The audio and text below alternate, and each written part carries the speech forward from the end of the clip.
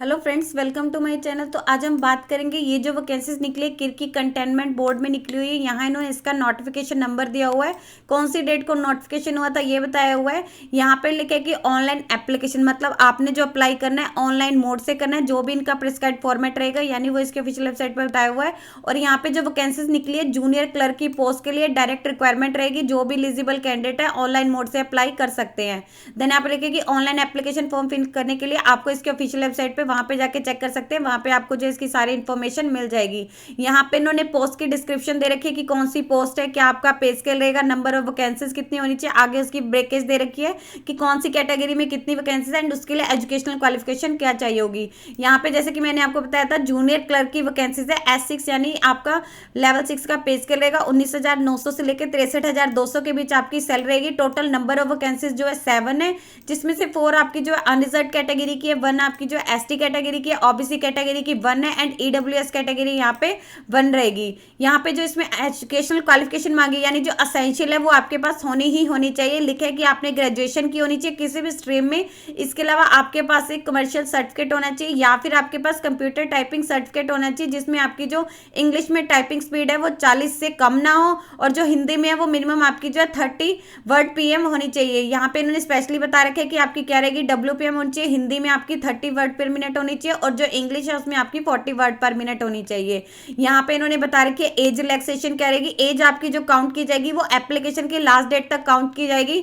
यहाँ पे जो एप्लीकेशन की लास्ट डेट है वो 7 फरवरी 2023 तक आप जो अप्लाई कर सकते हैं ऑनलाइन मोड से, और जो ऐप की एज लिमिट है वो भी आपकी एप्लीकेशन की लास्ट डेट तक काउंट की जाएगी। यहाँ पे इन्होंने बता रखा है कितना कितना यहाँ पे रिलैक्सेशन मिलेगा। ST वालों के लिए जो एज दे रखी है 21 से लेके 35 साल के जो कैंडिडेट अप्लाई कर सकते हैं। OBC वालों के लिए दे रखे हैं 21 से लेके 33 साल की जो कैंडिडेट अप्लाई कर सकते हैं। EWS एंड जनरल कैटेगरी के, यानी इकोनॉमिक वीकर सेक्शन के एंड जनरल कैटेगरी के 21 से लेके 30 साल के। इसके अलावा यहाँ पे बता रखे डिपार्टमेंटल कैंडिडेट, ये सिर्फ की कंटेनमेंट एम्प्लॉयज के लिए ही है, अप टू 40 ईयर्स के। अगर वो अनरिजर्व के है, अगर वो SC ST के है तो यहाँ पे 45 रहेगी, अगर वो OBC के है तो यहाँ पे 43 रहेगी। यहाँ पे इन्होंने सेम वही एक्स सर्विसमैन, अगर वो अनरिजर्व किया तो 3 ईयर्स रहेगी, अगर वो OBC की है तो यहाँ पे 6 रहेगी, अगर वो ST में आते हैं तो यहाँ पे आपकी 8 ईयर्स हो जाएगी। यहाँ पे इन्होंने लिखा है कि रिजर्वेशन बेनिफिट उन्हीं को मिलेगा अगर उनके पास रेलिवेंट सर्टिफिकेट होंगे। जैसे कि अगर आप SC ST में आते हैं तो आपके पास SC ST का सर्टिफिकेट होना चाहिए, अगर आप PWD कैटेगरी में आते हैं तो आपके पास डिसेबिलिटी सर्टिफिकेट होना चाहिए, अगर आप एक्स सर्विसमैन में है तो आपके पास PPO इन सभी की कॉपी वगैरह होनी चाहिए, अगर आप EWS कैटेगरी में आते हैं तो आपके पास इनकम एंड असेट सर्टिफिकेट होना चाहिए किसी भी कॉम्पिटेंट अथॉरिटी से। एप्लीकेशन फीस यहाँ पे इन्होंने दे रखी है, अनरिजर्व एंड OBC कैटेगरी वालों को जो फीस पे करनी है वो 600 है। इसके अलावा जो SC ST या EWS कैटेगरी में या एक्स सर्विसमैन या वुमेन कैंडिडेट, यहाँ पे इन्होंने स्पेशली बता रखा है फीमेल कैंडिडेट, और जो PH कैटेगरी में या ट्रांसजेंडर या डिपार्टमेंटल कैंडिडेट है उन्हें जो फीस पे करनी है वो 300 है। इसके अलावा बाकी आपके जो भी चेक चार्जेस रहेंगे वो भी कैंडिडेट ने पे करने हैं।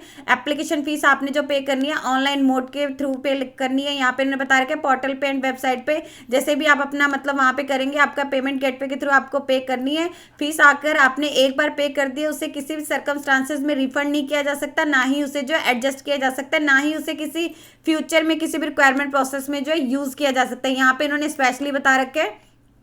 और यहाँ पे इन्होंने बता रखे कि आपने जब भी अपना एप्लीकेशन फॉर्म ऑनलाइन मोड से भरना है तो आपको कौन कौन से जो डॉक्यूमेंट है उनकी स्कैन कॉपी करके वहाँ पे, यानी यहाँ पे इन्होंने पहले बता रखा है आपने जो है scan copies of following document, यहाँ पे इन्होंने लिस्ट दे रखी है विद आपने इसके साथ अटेस्टेड। जैसे यहाँ पे इन्होंने बताया कि इनकी स्कैन कॉपी आपने जो अपलोड करनी है। एक तो आपकी एसेंशियल क्वालिफिकेशन रह जाएगी जो भी है, जैसे इन्होंने बोला है कि आपने ग्रेजुएशन की होनी चाहिए। इसके अलावा ऑथेंटिकेशन वैलिड टाइपिंग सर्टिफिकेट होना चाहिए जिसमें आपकी जो इंग्लिश में स्पीड है मिनिमम 40 वर्ड पर मिनट होनी चाहिए, और जो हिंदी है उसमें 30 वर्ड पर मिनट होनी चाहिए। इसके अलावा आपका डेट ऑफ बर्थ का प्रूफ, जैसे कि आपका स्कूलिंग सर्टिफिकेट या कोई भी जिसमें आपकी डेट ऑफ बर्थ की मतलब एज जो है वेरीफाई की जा सके। इसके अलावा आपने latest passport size colour photograph और जो कैंडिडेट के जिसपे सिग्नेचर वगैरह हो वो आपने इसके पे स्कैन करके अपलोड करना है। अगर आप एक्स सर्विस मैन है तो डिस्चार्ज सर्टिफिकेट या फिर सर्विस कॉपी PPO की आपकी सर्विस कॉपी की वो रहेगी, पेंशन कॉपी की, या अगर आपके एक्स सर्विसमैन आइडेंटिटी कार्ड की जो कॉपी है उसको आपने स्कैन कॉपी करके अपलोड करना है। कास्ट सर्टिफिकेट, अगर आप किसी रिजर्व कैटेगरी में आते हैं, अगर आप OBC में आते हैं तो नॉन क्रिमिनल सर्टिफिकेट, अगर आप EWS में आते हैं तो इनकम एंड असेट सर्टिफिकेट, अगर आप PWD में आते हैं तो डिसेबिलिटी सर्टिफिकेट रहेगा। और यहाँ पे इन्होंने बता रखा है जो आपने अपनी पासपोर्ट साइज फोटोग्राफ, जैसे यहाँ पे इन्होंने बता रखा था कि आपने अपनी जो पासपोर्ट साइज फोटोग्राफ है और जो आपने सिग्नेचर इस पे अपलोड कर रहे हैं उनका जो साइज यहाँ पे इन्होंने बता रखा है कि 200 KB से ज़्यादा नहीं होना चाहिए और वो जो है JPEG फॉर्मेट में होनी चाहिए। आपने जो अपनी फोटोग्राफ एंड सिग्नेचर अपलोड करने हैं वो JPEG फॉर्मेट में होनी चाहिए और जो अदर डॉक्यूमेंट का साइज़ है वो 1 MB तक ही होना चाहिए। जैसे ये आपके डॉक्यूमेंट बता रहे कि इनका जो साइज़ है 1 MB तक ही होना चाहिए। Admit card and summon letter लिखे कि आप जो अपना ऑनलाइन एप्लीकेशन फॉर्म फिल करेंगे उनको जो स्क्रूटिनाइज किया जाएगा और जो एडमिट कार्ड है वो सिर्फ एलिजिबल कैंडिडेट को ही जो है यहाँ पे इशू किए जाएंगे। यहाँ पे इन्होंने स्पेशली बता रखा है लिंक जो है इसकी ऑफिशियल वेबसाइट पे अपलोड कर दिया जाएगा, वहाँ से जाके डाउनलोड कर सकते हैं। देन यहाँ पे इन्होंने बता रखा है कि आपकी जो भी रहेगा वहाँ पे आपको जो आपके रिटर्न एग्जामिनेशन की डेट वगैरह सारी जानकारी मिल जाएगी। रिटर्न एग्जामिनेशन का डेट टाइम वेन्यू रहेगा वो आपके एडमिट कार्ड पे अवेलेबल होगा। जब भी एडमिट कार्ड इशू होंगे वहाँ पे जाके डायरेक्ट चेक कर सकते हैं। तो यहाँ पे सिलेक्शन का मोड बता रखे हैं, अगर आप जूनियर क्लर्क के लिए अप्लाई कर रहे हैं मोड ऑफ सिलेक्शन इन्हें बता रखी है। आपकी जो फाइनल सिलेक्शन है यानी आपकी जो मेरिट लिस्ट है, जो आपके रिटर्न एग्जामिनेशन में आपने मार्क्स सिक्योर किए होंगे उसके बेसिस पे आपकी जो मेरिट लिस्ट क्रिएट की जाएगी। रिटर्न टेस्ट आपका जो है 120 मार्क्स का रहेगा जिसमें आपको 120 मिनट्स दिए जाएंगे। यहाँ पे इन्होंने बता रखे कि 120 मार्क्स का रहेगा, सब ऑब्जेक्टिव टाइप क्वेश्चन पूछ जाएंगे। ड्यूरेशन आपकी रहेगी 120 मिनट्स की रहेगी। OMR आंसर शीट आपको दी जाएगी। आपका जो क्वेश्चन पेपर है यहाँ पे बता रखे हैं कि हिंदी एंड इंग्लिश में रहेगा। और यहाँ पे इसके अलावा आपका जो स्किल टेस्ट रहेगा जो आपका जस्ट क्वालिफाइड नेचर का रहेगा। स्किल टेस्ट आपका जो है कैंडिडेट के इसके अलावा यहाँ पे रखे कि अगर आप अपना जो रिटर्न एग्जामिनेशन है उसमें नेगेटिव मार्किंग रहेगी। यहाँ पे बताया कि there will be penalty for wrong answer. अगर आप कोई भी गलत आंसर देते हैं तो आपको जो यहाँ पे लिखे कि 1/3 मार्क्स जो है आपका डिडक्ट कर लिया जाएगा। अगर आप ब्लैंक छोड़ते हैं तो उसका कोई मार्क्स डिडक्ट नहीं होगा, बट अगर आप उसे गलत आंसर दे रहे हैं तो उसका आपका जो है 1/3 मार्क्स जो है डिडक्ट कर लिया जाएगा। एलिजिबिलिटी क्राइटेरिया बता रखे हैं जो भी कैंडिडेट इसके अप्लाई कर रहे हैं इंडिया का सिटीजन होना चाहिए। इसकी जो क्वालिफिकेशन है एप्लीकेशन की लास्ट डेट तक मतलब जो भी इसके अदर क्राइटेरिया उसे फुलफिल करता होना चाहिए। यहाँ पे इन्होंने वही बता रखा है अगर कोई OBC कैटेगरी में आ रहा है तो वो नॉन क्रिमिनल सर्टिफिकेट होने चाहिए उनके पास। EWS में आ रहा है तो उनके पास इनकम एंड असर्ट सर्टिफिकेट होना चाहिए। अगर वो PWD में आ रहा है तो उनके पास डिसेबिलिटी का सर्टिफिकेट होना चाहिए किसी कॉम्पिटेंट अथॉरिटी से, तभी वो इसके लिए अप्लाई कर सकते हैं। ऐसा नहीं है कि वो इस कैटेगरी में आ रहे हैं बट उनके पास रेलिवेंट सर्टिफिकेट नहीं है तो उनको जो इस कैटेगरी का बेनिफिट नहीं मिलेगा। रिटर्न एग्जामिनेशन के लिए आपका सिलेबस बता रखे हैं जूनियर क्लर्क ने बता रखे 120 मिनट्स आपको दिए जाएंगे, 120 मार्क्स करेगा, 120 ही आपसे जो है क्वेश्चन पूछे जाएंगे। जनरल यहाँ पे बता रखा है जनरल इंटेलिजेंस रीजनिंग से related, general awareness, numerical aptitude, English comprehension and computer knowledge से 120 क्वेश्चन रहेंगे। हर क्वेश्चन आपका 1 नंबर का रहेगा। टोटल आपके 120 मार्क्स हो। यहाँ पे इन्होंने बता रखे रीजनिंग में क्या रहेगा, क्वांटिटी एप्टीट्यूड में क्या रहेगा, इंग्लिश कॉम्प्रिहेंसिव में क्या रहेगा, general awareness and computer knowledge में क्या रहेगा। तो आपने यहाँ से अपना सिलेबस चेक कर लेना है। यहाँ जनरल इन्फॉर्मेशन दे रखी है जो ये पोस्ट है इसमें आपका जो 2 इयर्स का स्टार्टिंग में प्रोविजन पीरियड रहेगा। नंबर ऑफ वैकेंसी जो है बता रखी है टेंटेटिव है, मतलब घट भी सकती है बढ़ भी सकती है। कोई भी आपको TADA नहीं दिया जाएगा अगर आप किसी भी उसके लिए आते हैं। अगर आप रिटर्न एग्जामिनेशन या स्किल टेस्ट के लिए आ रहे हैं तो ये डिपार्टमेंट के पास राइट है, अगर वो चाहे तो इस जो रिक्वायरमेंट इन्होंने प्रोसेस बता रखा है उससे पोस्टपोन, सस्पेंड या फिर टर्मिनेट कर सकता है। देन यहाँ पर लिखा है कि अगर 2 कैंडिडेट है उनके सेम मार्क्स हैं सेम उसमें तो यहाँ पे लिखे कि जो कैंडिडेट ओल्डर रहेगा एज में उसे प्रेफरेंसेस दी जाएगी। यही यहाँ पे इन्होंने बता रखे क्या करेगा।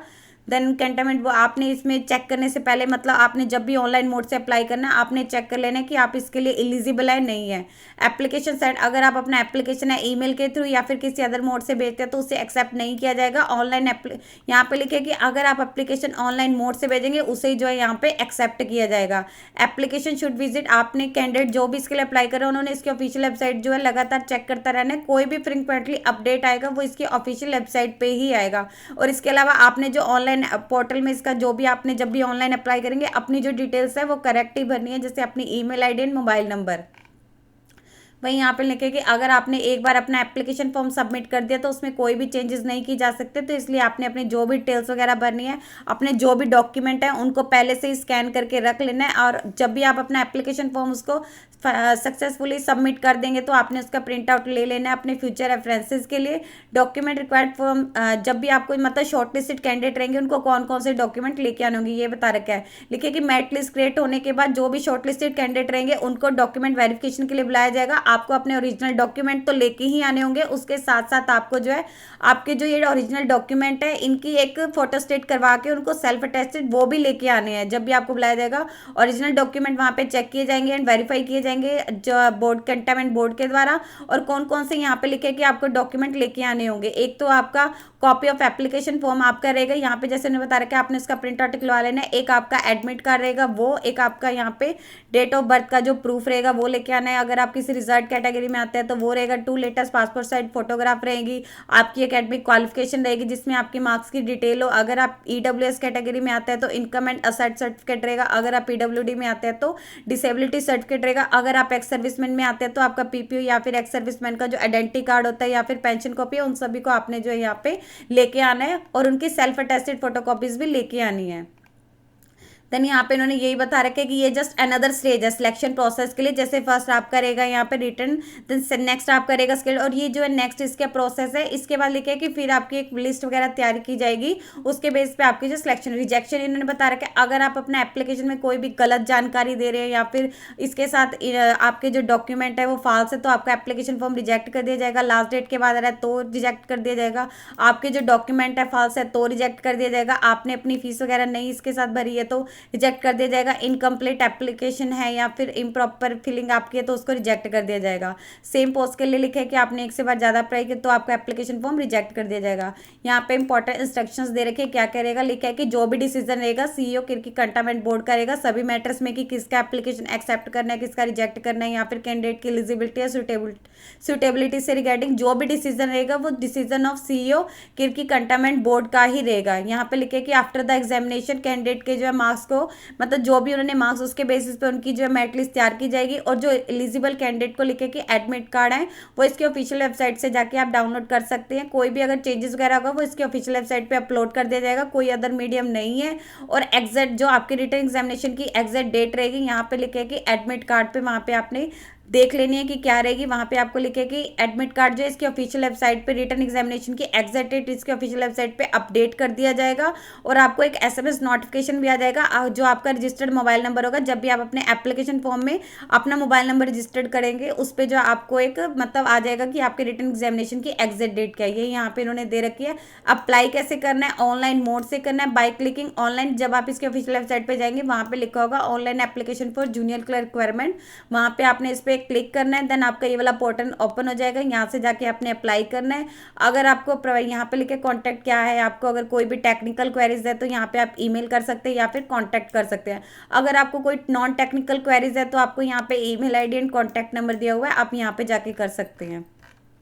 तो आप जैसे इसकी ऑफिशियल वेबसाइट पे जाएंगे यहाँ पे आपको डिटेल एडवर्टीजमेंट मिल जाएगी, यहाँ पे लिखा है कि अगर आपको online application for junior clerk requirement तो आपको यहाँ पे क्लिक करना होगा, यहाँ पे आपको ये वाला ओपन हो जाएगा। यहाँ पे इन्होंने बता रखा है 7 पोस्ट है, 19,900 से लेकर 63,200 के बीच आपका पे स्केल रहेगा। अनरिजर्व वालों के लिए जो एज दे रखी है वो 21 से 30 साल है, एसटी वालों के लिए दे रखी है 21 से 35, ओबीसी वालों के लिए दे रखी है 33, एंड यहाँ पे इन्होंने यही बता रखी है इसको जो ऑनलाइन एप्लीकेशन की स्टार्टिंग डेट है वो 7 जनवरी 2023 है और जो लास्ट डेट है 7 फरवरी 2023 है।